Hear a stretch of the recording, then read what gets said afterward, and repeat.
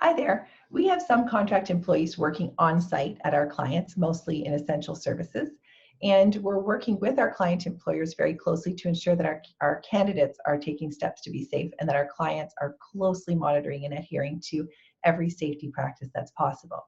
So if work from home is not possible and you have a team member or several that are working on site, we have a few tips and maybe more than tips, specific actions that you want to take just as a reminder, and something that you would be monitoring actively, possibly daily.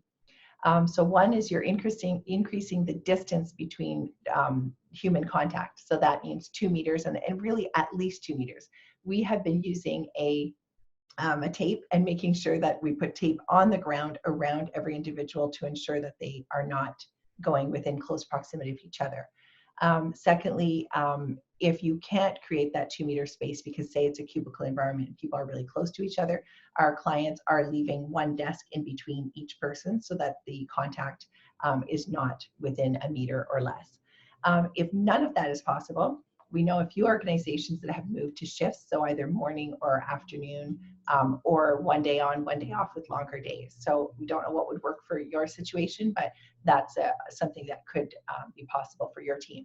Another thing, of course, is hosting meetings via Zoom, Skype, FaceTime, whatever works, but just not having physical contact because it's too easy to accidentally sit too close to someone.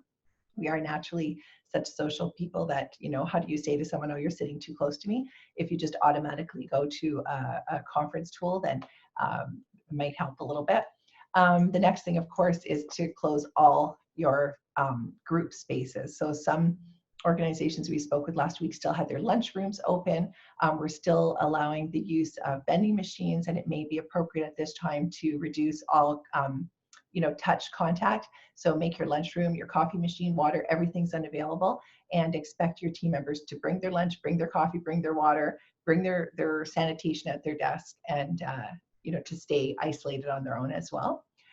If you do use an elevator to get to your space, we'd recommend that no more than one person be in the elevator. Again, how do you say to someone in the elevator, don't stand so close to me? And it is such a confined space, even if it's a large elevator. So there may be appropriateness just saying one at a time. Takes a little longer to get up or down, but not so bad. Of course, step up. I'm sure as you already have step up your cleaning services. The cleaning services may or may not use protective gear, but if they're using protective gear, would be a good idea. And disinfect all physical contact, especially like door handles and elevator buttons and anything that someone might be touching. If you have team members that are wearing protective gear, an important element here is they have to know how to put it on. More importantly, they have to use protocol to take it off. People actually infect themselves quite often just by removing their protective gear inappropriately.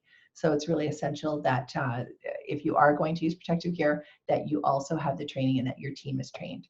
I would also suggest, certainly what we've done is we've had our mail forwarded to one of our team members' homes.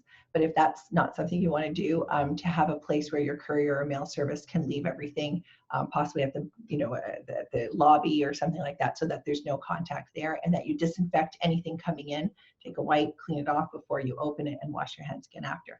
I think the point here is that it's not enough to tell people to wash their hands anymore. I think that's obviously one really important measure, but it's not enough as a standalone.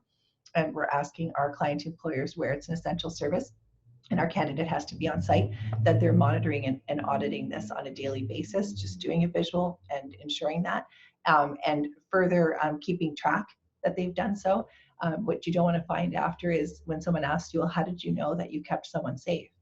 And as an employer, how can we answer that if we don't have any kind of trail or record of what we did to make sure that that was happening? Because of course the employee is part of the solution, but the employer is such an important part too.